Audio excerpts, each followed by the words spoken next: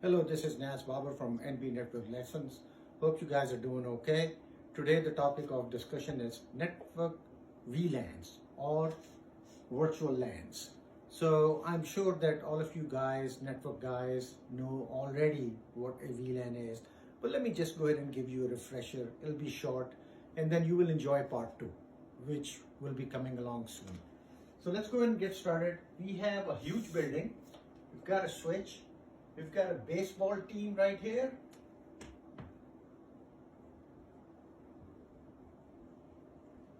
Baseball team is on the left hand side, and then we've got the football team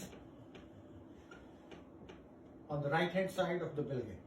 Now, if you already know that if baseball player number 1 wants to talk to baseball number 4, what it does is that it sends a broadcast or an ARC message saying, hey, my IP address is XYZ, my MAC address is DMB, whatever. I am looking for an IP address which is ABC, who has the MAC address. So that broadcast is basically sent to everybody. B1 is basically looking for B4, right? But it's sending broadcast to B2, B3, F1, F2, F3, F4. So essentially everybody right now is in a big, gigantic domain, broadcast domain. Is that a good idea? I don't think so. I mean, if baseball players are mostly going to communicate with each other and football players are mostly going to be staying around here and communicating with each other, why not just create VLANs? Segregate them into different broadcasting domain. So that's exactly what the VLAN does. It's a logical interface which is configured on a layer 3 switch, and I'll show you in my next topic, talk about more how, where do you configure and what are the dynamics behind it. But essentially what I wanted to get you in your mind is that what we are doing is that we are basically segregating and confining baseball team into one broadcast domain and then football team into another broadcasting. In this way,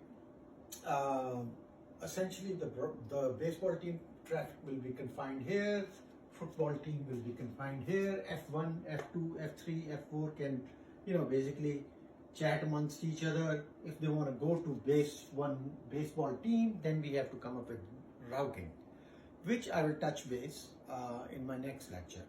So hope this was helpful, and stay tuned. I'll come back and have more topics. Thank you so much for watching. If you like the contents, give me a like. Thank you.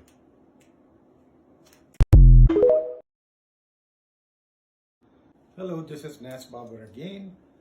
Topic of discussion is the continuation of the VLANs which I discussed in my last lecture.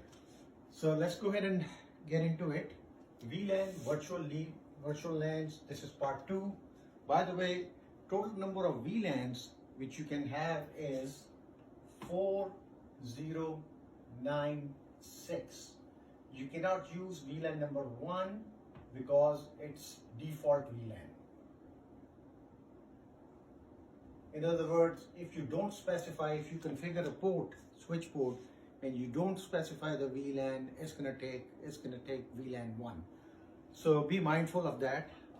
So let's go ahead and get into discussion. Same thing, we have a big building. We have one part of the building have baseball players. The other section of the building has football players. So what I did was that I said, okay, as I discussed in my last section, we want to confine the broadcast domain, okay? So what we do is that we say 192.168.100.0/24 is assigned for baseball team, 10.10.100.0/24 is assigned to football team. So in between we have a multi-layer switch, it can also be called a distribution switch. And these switches are access layer switches. These switches are usually, on the floor where all the users are sitting and reside in a closet. Okay, so basically what I did, went ahead was that I said I logged into multi-layer switch, which basically supports layer 2 as well as layer 3. On this switch, I'm going to go ahead and create interface VLAN 192. Excuse me. This is a logical interface. It's not using any physical interfaces, but it's using a logical interface. I create interface VLAN 192, IP address 192.168.100.1. All the users for the baseball team, all their PCs, laptops are going to have this gateway, 100.1. Moving on to access switch for the football team. I've assigned them 10.10.100.0/24, created logical interface VLAN 10 on this multi-layer switch, and I say IP address 10.10.100.1. All the football player team, PCs, laptops, printers, whatever, will have the gateway address of 10.10.100.1. So what essentially we have done is that we have confined the broadcast domain for baseball team and football team.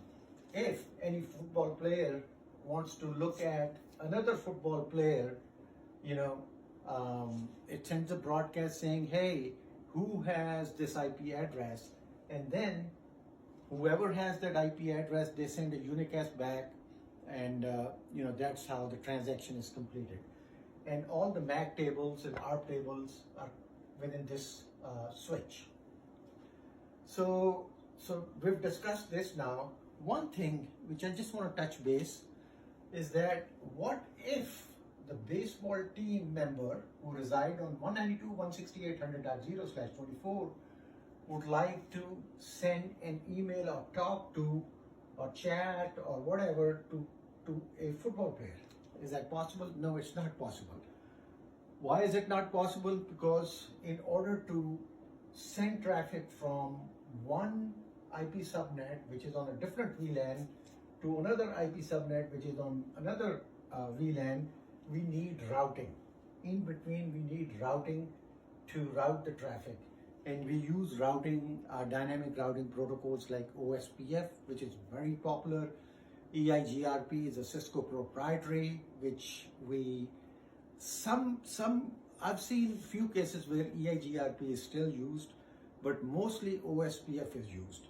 So that's a dynamic routing protocol. We will configure dynamic routing protocol on multi-layer switch, and then we will show you how the routes are propagated, advertised to each other.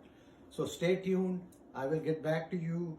And also, if you like the contents, please give me a like. Thank you so much.